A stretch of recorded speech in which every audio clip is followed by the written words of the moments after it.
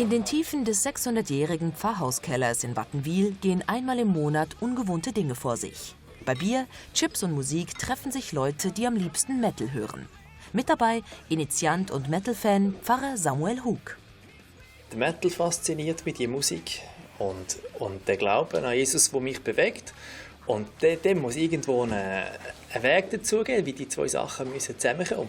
Und das ist echt ganz einfach. Und der Rest ist noch ein langer Weg vom Suchen und Ausprobieren gewesen. 2009 entstand das christliche Metal-Netzwerk. Die Kirchengemeinde Wattenwil unterstützt ihren Pfarrer bei diesem Projekt. Das Ziel für heute Abend: zusammen im Buch der Bücher graben, diskutieren und miteinander Zeit verbringen. Ich treffe Freunde da und ja, ich kann alles fragen und bekomme zum Teil Antworten, die ich noch nie so überlegt habe, dass das jetzt sein könnte. Und es sind Leute, die ganz verschiedene Sichtweisen haben und herkommen und es gibt kein Richtig und kein Falsch. Metal ist mehr als Musik. Es ist ein Lebensstil, der in der Metal Church gelebt werden kann.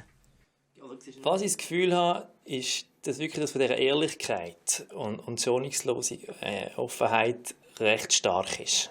Ich glaube, das sollte jeder Kirche eigentlich sein, aber ich habe viel auch erlebt, dass es mehr ein Wunsch ist. Und da erlebe ich wirklich, dass die Leute ehrlich sind. Widerwillig.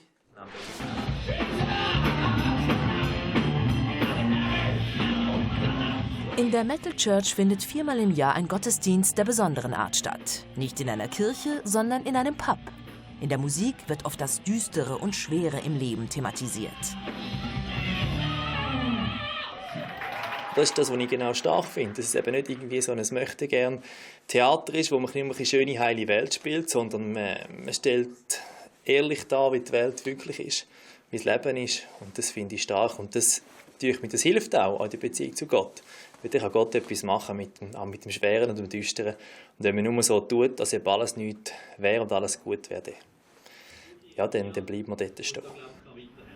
Der Hammer of Glory, würde ich sagen, das ist Gottes Wort, wo wie ein Hammer ist, der Felsen zertrümmert und zerschmettert.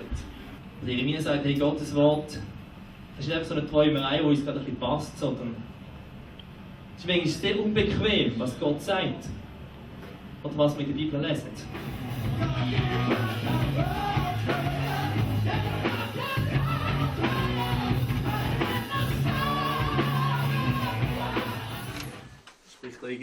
Im Pfarrhauskeller in Wattenwil geht's heute beim Bibelgespräch etwas ruhiger zu. Auch deine Treue bleibt für alle Zukunft. Du hast die Erde dauerhaft gegründet. Metal und Gott passen perfekt zusammen, sagen die Teilnehmer. Das geht auf jeden Fall zusammen, ja. Nur weil ein paar Leute finden, sie jetzt die Herdmusik mit irgendwelchen satanischen Texten vermischen, heisst das nicht, dass es nicht mit Lobpreis zusammengeht. Von der Musik her sind Gleichgesinnte. In einem herkömmlichen Gottesdienst ist das einfach ein bisschen anders, wo man sich manchmal einfach ein Stück weit einfach ein bisschen zusammennehmen oder sogar anpassen muss. Hier muss ich das nicht, hier kann ich wirklich einfach 100% so sein, wie ich bin.